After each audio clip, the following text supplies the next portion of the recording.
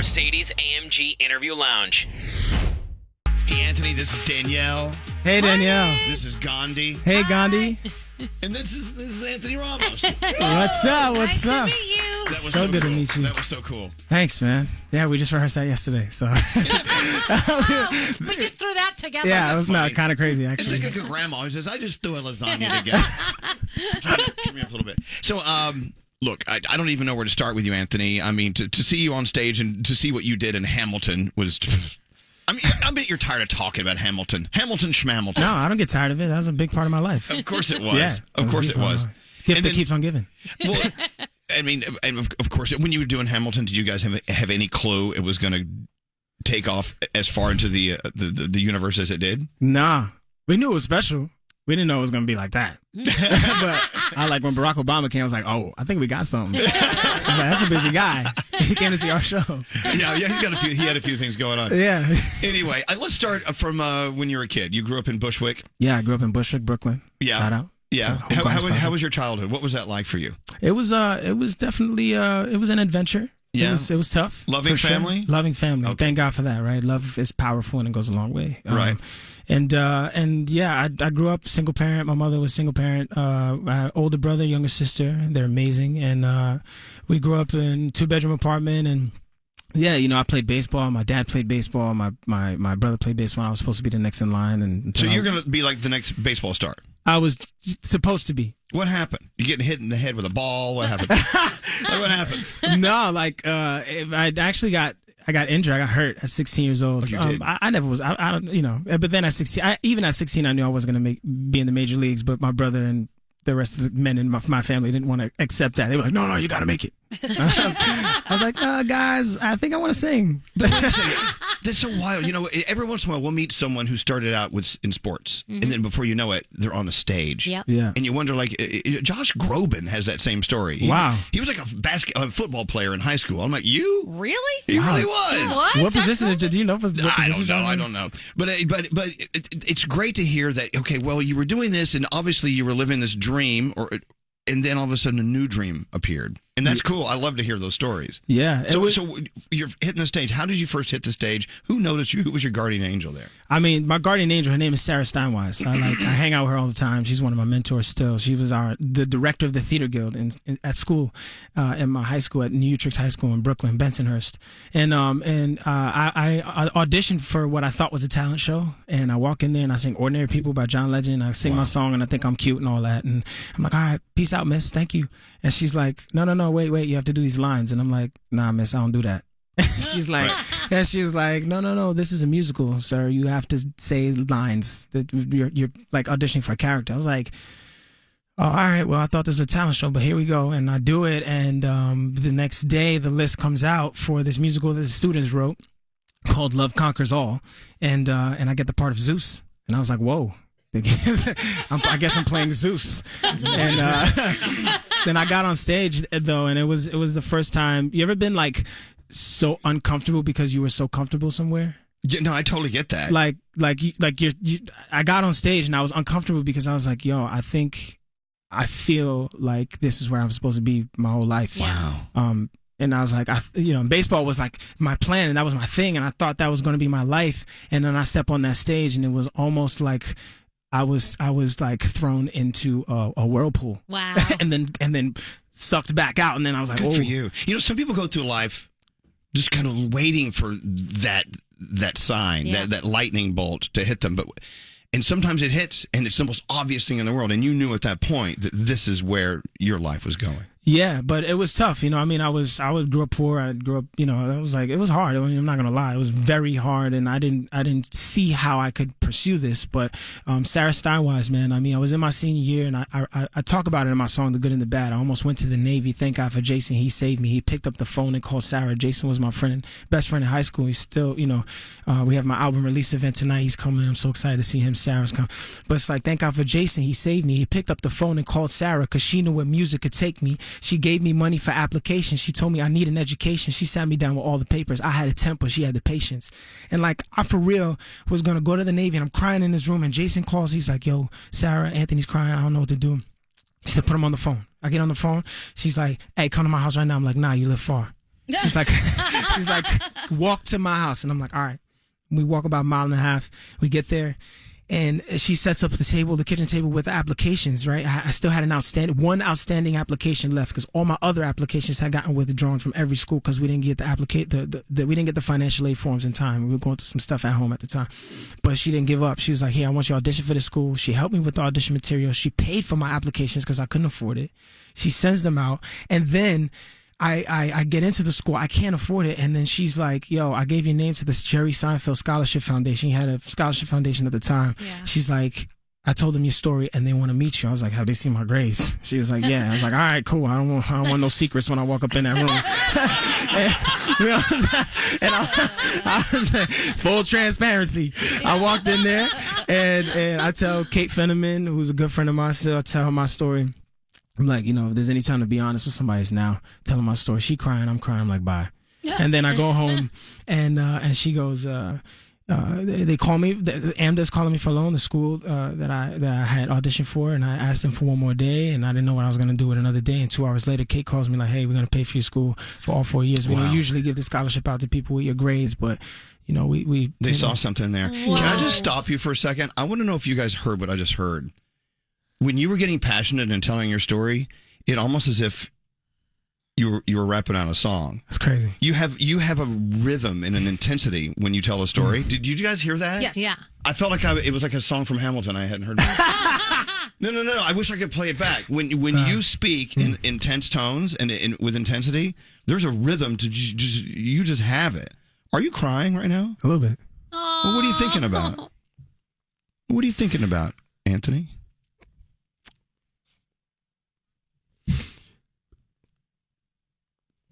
I'm sorry to put you on the spot, but whatever you're thinking about, it's got to be monumental and bigger than a mountain.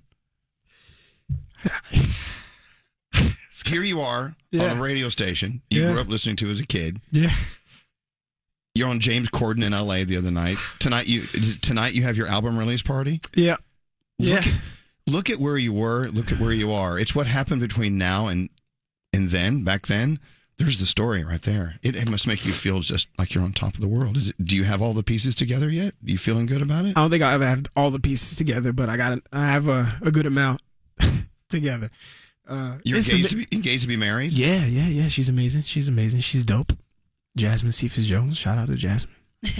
Why are you? Can you talk about why you're emotional? If you don't want to, I think we'd all love to hear it. I think it's just that, right? Like, I grew up listening to this station. I grew up listening to you, and it's just amazing how life, when you just believe in something hard enough, and people believe in you, and you just follow that. Thanks, man. It's amazing what can happen to you, and I think I'm just emotional because, like, my story is gonna live forever in the world. Of course it will. And through your music, you'll live forever. Yeah, man, and I'm just excited. I think I'm emotional because I'm excited. I don't know if that makes sense. No, it makes sense to me. But like, I'm hyped. Look at this. You know what? Yeah, it's always great to hear a story of dreams coming true. Yep. Yeah. It is. You know what? Big dreams, little dreams, they're all dreams, no matter how you slice them. Yeah, man. By the way, if you're just turning us on, this is Anthony Ramos. We're about to play a song, Mind Over Matter, in a second. People are texting in, they're crying. You're telling stories about people crying. There's tears going on. He almost made me tear up, and my tear ducts don't even work. I know. And look at Gandhi. Gandhi has massive eyeballs, so when she cries, it's like it makes a mess. That's what we have drains. Pass it around. Pass the Kleenex around over here in the box. Floor down there. Okay, let's move forward. So, Guardian Angels. Do you believe in Guardian Angels? I do, definitely. So there's been some pretty big names that you have decided are your guardian angels. We were talking about Spike Lee. We're talking about Lady Gaga. Oh, yeah. People who have watched over you. Big names. I'll take those as angels. Yeah, Bradley Cooper. But they don't. Yeah, we'll take that one too. Yeah. They're not watching over you because they're watching over you because you have this light, you have this energy. Give yourself a lot of credit there. Thanks, man. Yeah, they're amazing. And Lin-Manuel, huge. I remember Lin said to me one time, this was a real turning point in my life. I think Lin said to me, I cracked a joke, and I was like, I'm laughing about it. And I said, I think I speak too ghetto, man. I think I should change the way I talk. And Lin was like, nah, you don't have to change the way you talk, Papa. You just have to make sure people understand you. Yeah. I was like, dang, son. I was like, yo, you spitting bars always. You live in the bars, bro. What text did you get, Scary? What did it say? Said, damn, you guys ruining my mascara again. Yeah. And that was a dude. That was wow, that was a guy. There you go. That's it, brother. Look, Anthony Ramos is here. Reapply. We're going to take a break. Do we have more time with Anthony coming up? Yep. The answer, yes, no. It's radio. It's other. You got to say I'm it. here. People shake their head. I'm like, we can't hear you. Yeah. Okay, good. We want to find out where your Grammy's located. Oh, We have theories. Yeah. Gandhi thinks it's up your butt. You may be keistering. I don't know. I've never heard this term keistering before. This is the weirdest. I've never heard it either, but I mean, it's a jail thing. It's a jail thing? Yeah. Okay, word. Also, you say hi to Jade, who you worked at Victoria's Secret with in Soho. Jade, what's up, yo? What's good? So, how was it being a dude working at Victoria's Secret? Was that a fun job? It was a great job, but I think it started off rocky, right? You got the women. Women didn't trust me. They were like, yo, I don't trust a guy selling me intimates, bro. When I come in and I say, hey, could you measure me? I'm not sure you'd be the one I'd go to. No, but this. Sorry, go on. No, go go on. ahead. That's what I didn't measure anyone. This is the thing. Okay. What'd you do? Men they couldn't measure the women. That was a rule. Oh. But so I had to be knowledgeable enough. Like I had to know, okay, this bra has gel lining. This one has extra padding. This one has none. Do you want push up? Do you want demi? What do you need? What you need? I got you. You know what I'm saying? You want razorback if you're wearing a tank top. You know what I'm saying? You don't want it to show. I feel like I got you. But shopped at Victoria's Secret and the guy behind the counter says, I got you. But I found that I felt like, you know what, maybe this isn't my calling. Maybe let me move to beauty. So I asked my boss, I said, hey, can I move over to beauty? And I go to beauty and I start selling perfume and lotions and all that, and I was crushing. I was like, yo, let's go. Okay, I used to be giving ribbons around the store. I'd be like, hey, have you tried our new Dream Angels? Have you tried Bombshell? There's a hint of pear. This comes from Panama. Wherever it came from. Like, let me know if you need it. I'll be over here. And it was a vibe, It always smelled good. Anthony, I just got a text from Coach DeMarco. Coach DeMarco! Rick DeMarco! Yo, what's up, Coach? He said, Anthony always had it. Oh. He just needed to find it. Wow. How you gonna do me like that, Coach? I just wiped my tears, bro. What are you doing? So Anthony Ramos. Coach DeMarco, that's my man, yo. We're going to take a break. We'll be back after this. I don't know where you were during part one of our interview with Anthony Ramos, but I'm glad you're here for part two. His new single is called Mind Over Matter. The big album release party tonight. We got to get into the music. Yeah. We have to talk about what that's all about. Hey, you're already hearing feedback. Yeah. From some fans who are talking about how the music's changing their lives. We got to get into that. Also, Caleb is calling in from Minneapolis. How you doing, Caleb? Welcome to the show. I'm good. How are you, Elvis? Doing well. Now, so far, so good. Anthony Ramos, are you enjoying his message? Yeah, absolutely. The interview's great. Yeah, well, tell me what hit a nerve with you. Yeah, so I'm just getting ready to go to work, and I'm listening to the interview, and I'm a black man on my way to teach black and brown children at a charter school in Minneapolis. And I'm a gym teacher, and, this is my first year teaching, and listening to his message and, listening to just the interview in general just brought a tear to my eye. And hearing him cry was really moving, and I feel like I'm going to cry right now. I mean, it's just, black and brown men especially, we don't cry often because either we were told not to or because we don't feel like it's right. And I tell my students, and I try to tell, and I try to be an example because I'm a big crier. I cry at everything. So good for you. Yeah, I got to tell you, one of my many advantages of being a privileged white guy is I cry easily. Let's go. In my opinion, that's really my only privilege is I can cry. Yeah, that's hilarious. That's so funny.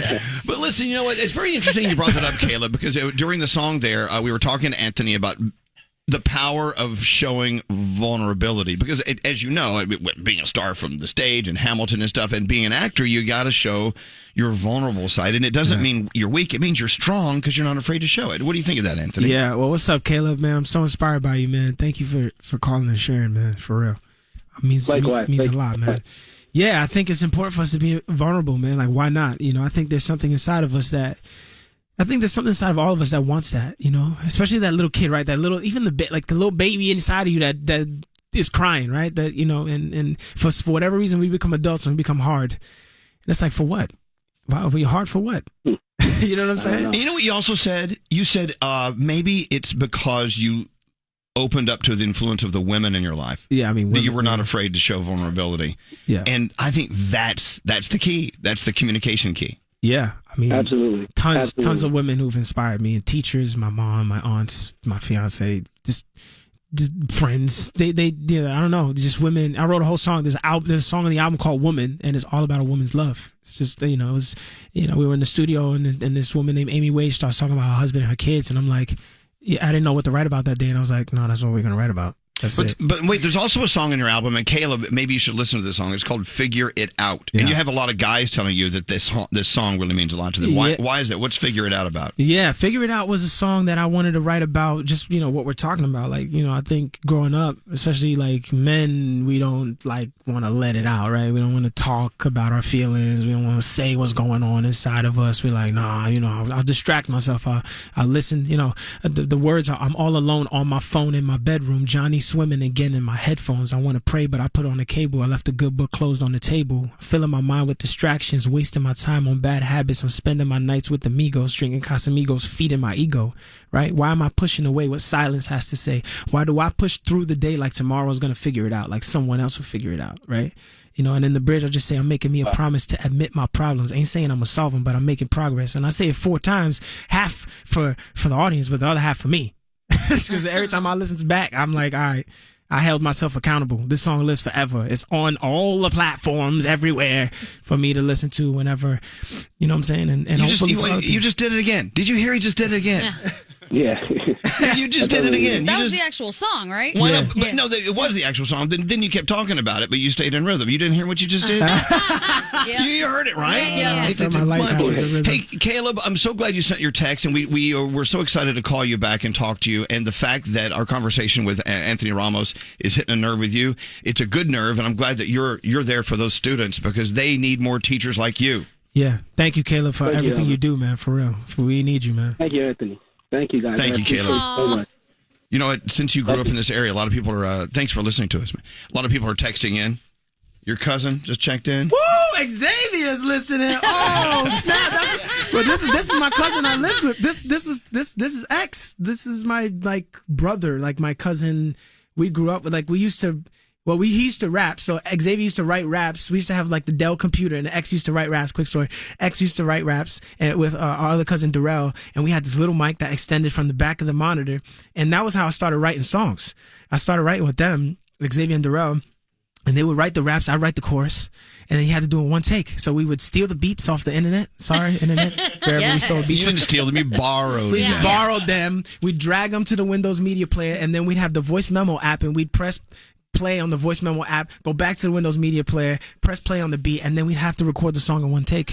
You know what I'm saying? That was it. You had only one chance. And I love you, X. That's crazy. But here's the full circle, Anthony. You talk about how you used to steal the beats from other artists. Oh, yeah. See, now you're the artist people are going to steal from. Yeah. But that's take them all. Take the beats, everybody. That's a good thing. As soon as I go home, great. it's happening. Yeah. So you're also going to do some shows. I know you're going to be at the Fillmore in Philly. You're going to be Music Hall Williamsburg in Brooklyn, here in town. Also 1306 in Miami. Yep. You're going to be everywhere. Chicago, Boston, DC, Houston. Wow, man. Good for you. Yeah. I'm so excited. LA. Xavier needs to come to your DC show. We should invite him. He texted me. He was like, yo, man, I'm coming to your show in DC. I was like, let's go. Okay, people are asking. People are texting. They want to know the answer to Gandhi's question about your Grammy, Anthony. Where is the Grammy? Where do you keep it? Well, my Grammy, it's not in my apartment. My Grammy is in my mom's closet in the box. Still in the box. And I said, Mom, why is the Grammy still in the box in your closet? She said, because I got to keep it safe. I was like, all right, Ma, you go ahead and keep it safe, girl. Do your thing. It's the same as grandparents who keep plastic on the couch. Yeah. You should bring that Grammy out. Turn it into a lamp or something. Come on. Get creative. Lamp. I was like, yo, get it. Yeah, keep it safe, Mom. So what story are you telling in this album of yours, Anthony? These are all true stories. These are all like things that I've been through, things that I've gone through. Every song is a true story, but it's it became a narrative. We put the songs on cue cards. My boy Will Wells, who played with me earlier, executive producer, one of our best friends. We just sat in our studio here in Brooklyn, here in New York, and in Brooklyn. We just like put the songs on cue cards, and we eliminated 2, and we were like, all right, here's the story. This one. So now this guy, he says bye to his family in Dear Diary. Then he goes away. He goes to industry parties. The first thing he does. In a song called Auntie's Basement, realize that there's nothing like partying with people you love. Boom. 1 more hour, he meets somebody, they have a long night. And then next thing you know, Isabella, that was about the first night my fiance and I kissed, and they go on a spontaneous trip. Then they make a passionate love. He's making love to somebody he actually loves, and mind over matter. And then now she pumps the brakes, or he's like, nah, this ain't a relationship. He's like, whoa. You're holding my hand. We're doing all these relationship things, but we're not in a relationship. And then Little Lies. He's like, well, if I confess all the little lies to you, maybe you'll get with me, and still not enough. Boom. Then Woman. Maybe if I could have loved you like I was a woman, maybe if I could have loved you with that vulnerability, with that much love, with the way women love, maybe this would have worked, right? Boom, boom, boom. Figure it out. He's experiencing loneliness. Either way, his friend pulls him out of the rut. He's like, yo, you've been wearing the same sweats for 3 days. 5 pizza boxes all over your crib. Let's go. We got to go. And then the last 2 songs, The Good and the Bad, he's reflecting. He's like, yo, I'm grateful for all the journey I've been on, but maybe it's time to go back home. And the last song is called Come Back Home, where he's like, yo, I think my time here was great, but I maybe all the answers to the questions I had in life about who I wanted to be were right in front of me at home. But I'm happy I went on this journey because it made me realize that, home was where I needed to be the whole time. And there's your album. Wow. Yeah. I'm sorry I didn't get that. Can you repeat that? Yeah. And the album, $9.99 on iTunes. I just downloaded that. Let's go. Pre-order, because it comes out, tomorrow. Is it tomorrow? Yeah, tomorrow, well, it comes out midnight. You must be so excited. I'm so excited. I'm pumped. I'm ready. Is it a little nerve-wracking to see, to you, is it nerve-wracking to see how it's going to be accepted, or do you just not care? You've done it. You've done your job. What happens from now on? Who cares? Yeah, I mean, no, really. What are you feeling about tomorrow when the album's out? I'm nervous because I'm giving it over, right? But I'm excited to give it over because it's like now everyone else can have it. Now you can have it, and I can go write another one. It's like I love it. And that's how you are with your book, Elvis. Here's my book. I'm gonna go write another one. I remember the first stranger that told me they read my book. I was, oh God, what are they gonna say? I don't want to hear it. Oh God. And then you hear those words. I loved it. It was great. Yeah. Awesome.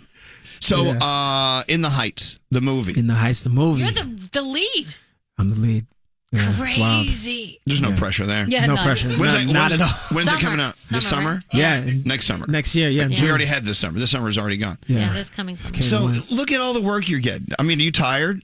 I get tired sometimes. I'm energetic now. Yeah, I got energy now. Look, if you will, if you can, when In the Heights comes out, I want you to come back. We want to talk about that. I'd love to come We back. want to stay in touch with you, Anthony. And Anthony Ramos, Mind Over Matter is the song I'm about to play. The album, you got to pick it up. It's available tonight at midnight. Yeah, midnight. You can pre-order it now. Go get it. Tell your friends.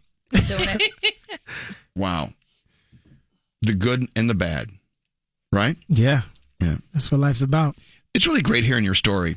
Thanks, man. Thanks for listening. It takes ears to listen to the story, right? So you guys, thanks for opening them. Our ear holes are open. You know what I'm saying? You were talking about licking ear holes earlier. I was like, sorry about that. I was like, get it, Elvis. Sorry Do about it, brother. that. Sometimes we don't have filters. All right. I'm gonna play Mind Over Matter, and we say now our time with Anthony Ramos this time is over, but he's coming back. Yeah. I heard him promise it. Sort of. Yeah. Thank you for coming in here. Thanks for having me. You're awesome. You're awesome. Anthony Ramos. This is Mind Over Matter. Wow. You know you didn't. Okay, when you play an artist's song on the radio and they hear it for the first time on the radio, to see the reaction and the response is unbelievable. But what you just did, Anthony, in the studio, we did get video of what you just did, and we're posting it at Elvis Duran Show. Yeah, that's crazy. Hold on. And wait till you see. It's so cool. And his friend Will in here. Will's in here, executive producer, my best friend. I want you to go to Instagram and go to Elvis Duran Show and watch what it's like when Anthony Ramos and Will hear this song on the radio for the first time. And we're about to do something that I haven't done in maybe 15 years. Oh, man. I'm going to play it again. There you go. This is Mind Over Matter. Anthony Ramos. Let's go.